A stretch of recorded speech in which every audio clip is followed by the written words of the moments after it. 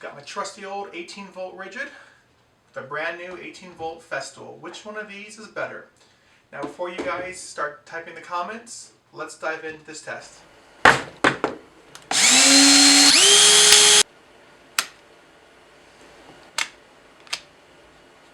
Before we get into the test, let's talk a little bit about these two drills. Now, I've had the rigid for about 5 years now, and then I got this right at the beginning of the year.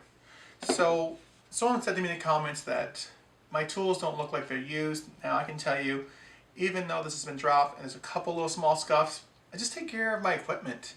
And the rigid's pretty hardy. In fact, I don't really have any complaints with it. I just needed more power, which is why I upgraded this. Plus, it came with the batteries, and I'm on the Festool battery platform, so it just made sense for me. And there was also a good deal going. Now, I would say this is more of a medium duty drill. It's got some good power. I mean, I love the feel of it for the most part, but there's a couple of things that I think the Festool does better.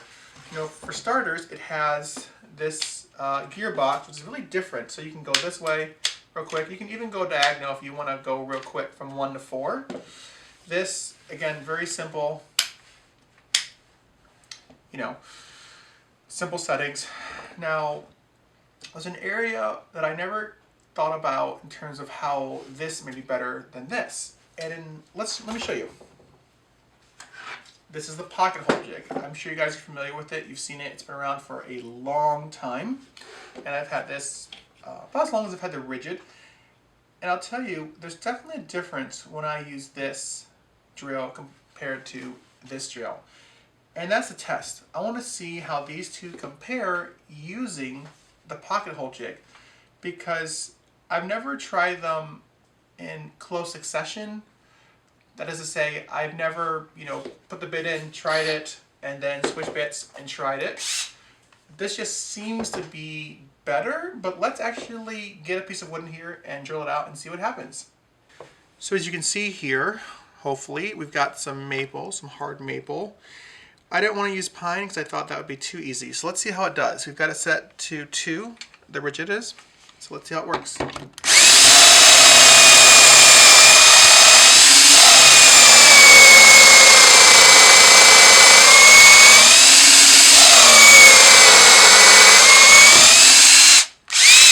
Okay, so that was the first try.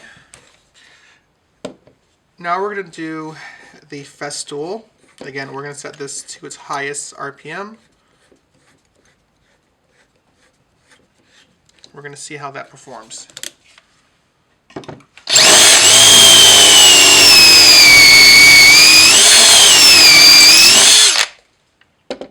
Much easier. Let's take a quick moment to talk about the results. Overall, the rigid did okay. I think the Festool, it blazed right through it. So moving forward, I want to use the Festool for pocket holes. Why? Well, it did the same hole in about half the time with less effort. So in my book, that's a win. And as a hobbyist who doesn't do this full time, I don't have a lot of time because I have 4 kids, I have a family, and I have my own job. And so if I can come in here and get the same thing done in less than half the time so that I can progress on my projects, well, I'm going to do that. Now here's the thing I would say about the Festool. You don't have to buy the Festool. The point I'm making is I wanted to get a drill that was more powerful, and I did. Now, if you want to get something more powerful, it can be any brand. It doesn't have to be Festool. Now for me, I can kind of write it off my business because I do produce props for my photography business. However you want to rationalize it or use it, talk to an accountant first. But the thing is, and this is kind of interesting because I see this all the time, people talking about, well, if you're a hobbyist, blah, blah, blah, blah, blah. And again, as a hobbyist, I don't have a lot of time. And so I don't mind to spend a little extra money if it means that I can get on with my projects and have more fun. So again, this is not a direct comparison between the two. I find this complements my rigid. I still like my rigid. I like the way it feels. I like the rubber grip. I mean, there's nothing wrong with the rigid. This is just more powerful. And, I've dropped this plenty of times and scuffed up, and actually it doesn't look scuffed up at all, barely. It's held really nicely. Someone was complaining about my tools looking nice. It's like, well, the rigid is just made well.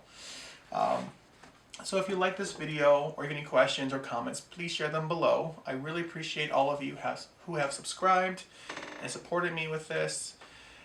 It's pretty cool. And I think until I got into content creation, I didn't really understand people's comments like they appreciate it, but I do. And it's cool to see people showing interest in what I do and to have a little community. So again, guys, thank you so much, and I will see you guys in the next video.